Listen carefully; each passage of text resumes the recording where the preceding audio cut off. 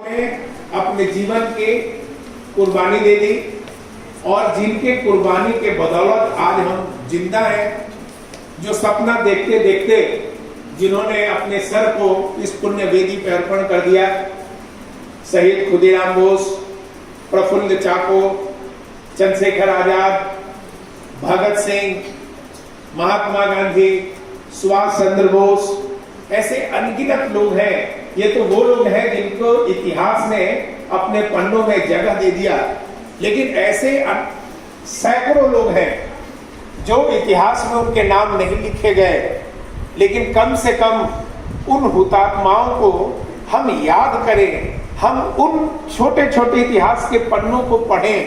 अभी जब हमारे नरेंद्र मोदी जी भाषण दे रहे थे तो मुझे बड़ा अच्छा लगा, उन्होंने एक चर्चा की, तमिलनाडु में जब यह आंदोलन चल रहा था तो कोडीनाथ कुमारन, मैं भी नाम नहीं जानता था, उन्होंने कहा कि एक ऐसा युवा जिसने भारत के झंडे, तिरंगे झंडे को हाथ में लिया था, उसके सर में नजदीक से सार्जेंट ने गोली मार दी, वो मर गया वहीं, लेकिन मरने के बावजूद वो हाथ जो है उसका ऊपर था, उसने तिरंगे को गिरने नहीं दिया।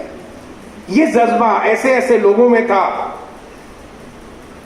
नरेंद्र मोदी जी ने बहुत सारे कार्य किए हैं स्वतंत्रता संग्राम की लौ को हम सब में जलाने के लिए। एक मैं नाम लेना चाहूंगा, श्यामजी कृष्ण वर्मा, जो विदेशी धरती पे रह के जिन्होंने अनंतर हमारे स्वतंत्रता संग्राम को हवा उन्होंने दी और उसके ज्योति को जलाए रखा। वहां से वो हमारे क्रांतिकारियों को मदद भी करते थे। वो वहीं पे मिट्टी में मिल गए, मर गए। उनकी राख अपने मादरे वतन में आने का इंतजार करती रही, किसी ने ध्यान नहीं दिया। लेकिन हमारे नरेंद्र मोदी जी थे जो 2003 में उनकी अस्थि को वहां से वो अपने कंधे पे लेके आए और भारत के जितने भी पवित्र नदियां हैं उनमें उनको बिखेर दिया, और सही मायने में उस दिन उस स्वतंत्रता संग्राम सेनानी को मोक्ष की प्राप्ति हुई। तो ये जो सारी चीजें हैं, ये हमको जानना है, समझना है कि वो कौन कौन से लोग थे। लोग जेल में तरन्नुम गाया करते थे। भगत सिंह, 12 साल का वो व्यक्ति याद कीजिए, 12 साल के उम्र में 12 किलोमीटर पैदल चल के जालियांवाला बाग में आया। आने के बाद जब उसने चारों तरफ वो गोलियों के निशान देखे तो उसने उसी दिन कसम खाया कि मैं अपने जीवन का कतरा कतरा इस देश की आजादी के लिए कुर्बान कर दूंगा। और जिन लोगों ने ये हजारों लोगों का कत्लेआम किया है उनको मैं जिंदा नहीं छोड़ूंगा। और आप देखिए भगत सिंह के विषय में, आप जानते हैं भगत सिंह, राजगुरु और सुखदेव को फांसी की सजा हुई। फांसी के फंदे को चूमते चूमते वो लोग एक ही गाना गाते थे कि मां रंग दे बसंती चोला। कौन सा चोला? जिस चोले को पहन शिवाजी मिट गए अपनी आन पे, जिसे पहन झांसी की रानी मिट गई अपनी जान से, आज उसी को पहन के निकला हम मर्दों का चोला, ऐ मां रंग दे बसंती चोला। ऐसे लोग थे। बिस्मिल जी गाया करते थे कि इलाही वो भी दिन होगा, कभी वो दिन भी देखेंगे जब अपनी भी जमी होगी और अपना आसमां होगा। ये सपना देखते हुए वो अमर शहीद चले गए।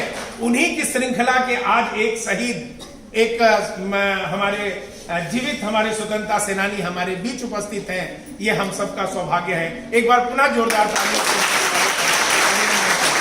ये प्रेरणा स्रोत है। अभी बहुत सारी छोटी मोटी बातें होंगी। अब ये 5 स्तंभ क्या है मैं आगे आपको बताऊंगा। एक बार मैं चाहूंगा कि इतनी संख्या में आप लोग यहाँ उपस्थित हैं आज के इस राष्ट्रीय प्रोग्राम में, विशेषकर हमारे महाविद्यालय के सम्मानित जो प्राध्यापक गण हैं, अतिथि विद्वान हमारे साथी हैं, आदरणीय सुरेंद्र सिंह सर, केन शर्मा सर, हमारी रचना मैडम, ज्योति मैडम, विभा मैडम, मेरे पॉलिटिकल साइंस के सारे प्राध्यापक, हमारे सभी अतिथि विद्वान साथी, हमारे होम साइंस की मेरी छोटी बहनें और हमारी सभी छात्राओं, एक बार आप सब अपने लिए जोरदार तालियां बजाएं कि हम राष्ट्र के इस पवित्र कार्य में हम बढ़ चढ़ के आगे अपना योगदान देंगे। मैं चाहूंगा कि पुष्प गुच्छ से अतिथियों का स्वागत हो, ये एक औपचारिकता है। तो सबसे पहले मैं प्राचार्य महोदय जो हमारी संस्था प्रमुख भी हैं